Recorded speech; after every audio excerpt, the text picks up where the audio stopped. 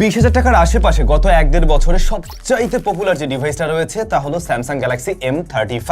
এই ডিভাইসটা প্রথমে যখন আসে দাম মোটামুটি বেশি ছিল, আস্তে ধীরে এটা 21,000-এর ঘরে চলে আসে এবং এইরকম প্রাইস ব্র্যাকেটে আমরা দেখতে পাই সুপার অ্যামোলেড প্যানেল রয়েছে তিনটা ক্যামেরা, যেখানে আলট্রাওয়াইড শুটারও থাকছে। তো মোটামুটি বেশ গুছানো টাইপের একটা প্যাকেজ বলেই স্যামসাং লাভাররা এই ডিভাইসটাকে অনেক আগে থেকেই পছন্দ করে আসছে এবং আমাদের টপ 5-এর প্রত্যেকটা ভিডিওতে, প্রতি মাসের ভিডিওতে এই ফোনটা 20,000 টাকার মধ্যে এক্সিস্ট করছে, রাইট?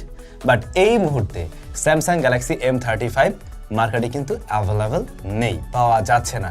এবং যে কারণে আমার লাস্ট যে আন্ডার 20 বা 20 প্রাইস ব্র্যাকেটের যে টপ 5 ভিডিওটা দিলাম, সেখানে অনেকেই কমেন্ট করছিলেন, ভাইয়া M35 ডিভাইসটা তো মার্কেটে অ্যাভেলেবল নেই, তার বদলে রয়েছে গ্যালাক্সি M36 অথবা F36। তো আমরা কি এই দুইটা ডিভাইস থেকে চয়েস করতে পারি, যেহেতু ওই ডিভাইসটা অ্যাভেলেবল নেই?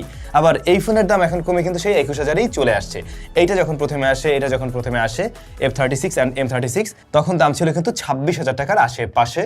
বাট এখন এই ফোনের দাম কমে চলে আসছে 21,000 টাকায়। তাহলে কি আমরা স্যামসাং গ্যালাক্সি M35 এর রিপ্লেসে এই ডিভাইস দুটোর মধ্যে থেকে কোনোটা চয়েস করতে পারি কিনা? এটা নিয়ে অনেকেই কনফিউজ হওয়ার কারণ আছে, কারণ এই ফোন নিয়ে আমি আরো 3 মাস আগে একটা ফুল রিভিউ দিয়েছিলাম এবং ওই রিভিউতে বলছিলাম এটা কোনো আপগ্রেড না, বরং একটা ডাউনগ্রেড M35 এর তুলনায়। এবং যে কারণে আপনাদের অনেকেই বলছিলাম যে এটা না কিনে M35টা কেনাটাই যুক্তিসঙ্গত। ফার্স্ট অফ অল দাম তো বেশি, আবার দ্বিতীয়ত বেশ কিছু জায়গায় কমানো হয়েছে।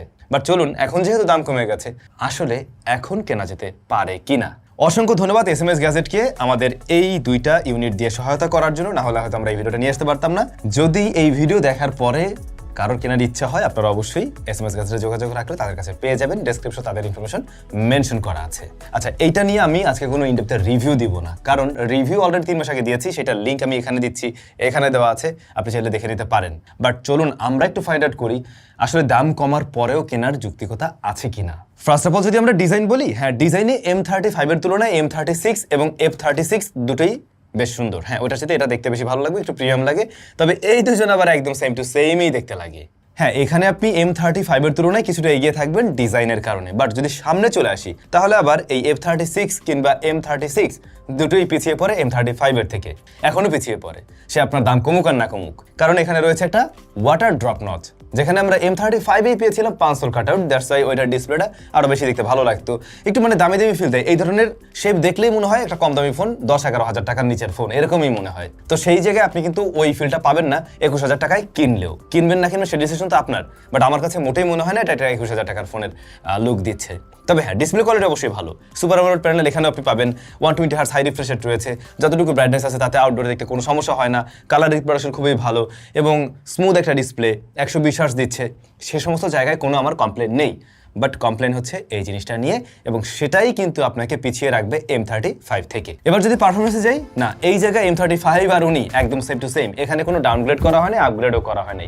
লাইক এটাতেও আমরা দেখতে পাই Exynos 1380 রয়েছে, তবে 6 বছরের মেজর আপডেট পাওয়া যাবে। এই জায়গায় আবার M35 থেকে উনি কিছুটা এগিয়ে থাকবে, ওটাতেও বোধহয় 6 বছরেরই আপডেট ছিল, কিন্তু ওই ফোনটা আরো আগে এসেছিল। দ্যাটস ওয়াই ওইটা অন্য একটা অ্যান্ড্রয়েডে রান করতো, আরো ওল্ডেস্ট অ্যান্ড্রয়েডে রান করতো। এইটা একটু লেটেস্ট অ্যান্ড্রয়েডে রান করছে এবং আগামী 5 বছর পর্যন্ত আপনি কিন্তু লেটেস্ট অ্যান্ড্রয়েডেই রান করতে পারবেন। তো 6টা অ্যান্ড্রয়েডের আপডেট পাওয়া যাবে এই ফোনটাতে।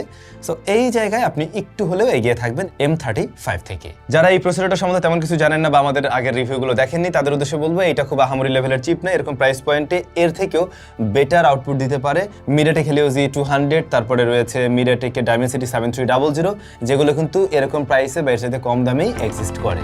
এই প্রসেসরটা ডে টু ডে টাস্কের জন্য ঠিক আছে। আর অন্যদিকে স্যামসাং এর One UI, হ্যাঁ, সেটা একটা ভালো রেজাল্ট দেয়।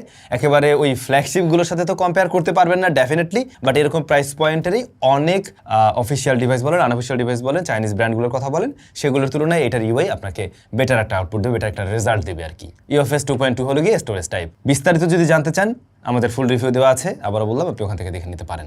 ক্যামেরায় আসলে রিয়ারে 3টা শুটার দেখা যায়, এর মধ্যে অ্যাটলিস্ট 2টা তো বেশ ভালোই কাজে লাগবে। Main shooter 50 megapixel, 8 megapixel ultrawide shooter আছে, আর 2 মেগাপিক্সেলের সহকারী সেন্সর অ্যান্ড ফ্রন্ট ফেসিং ক্যামেরায় রয়েছে 13 মেগাপিক্সেলের শুটার।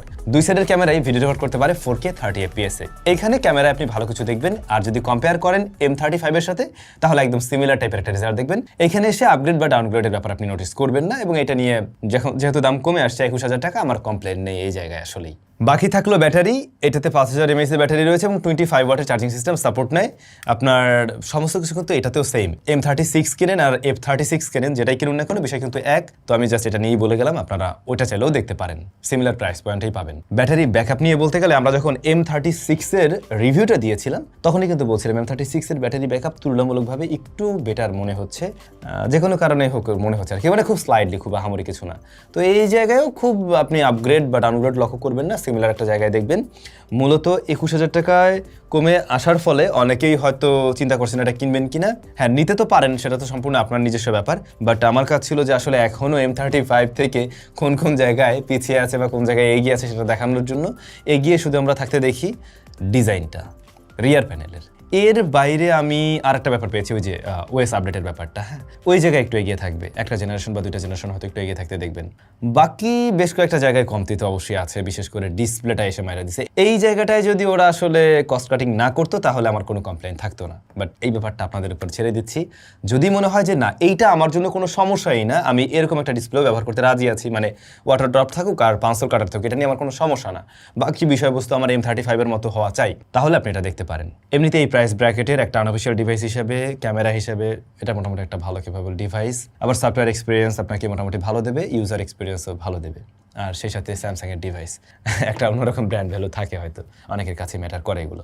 বাকি বিষয়বস্তু আপনাদের। আই হোপ আপনি ক্লিয়ার, আপনি আসলে এখন এটা কিনবেন নাকি কিনবেন না। সব ভালো থাকুন, দেখা হচ্ছে নতুন ভিডিওতে।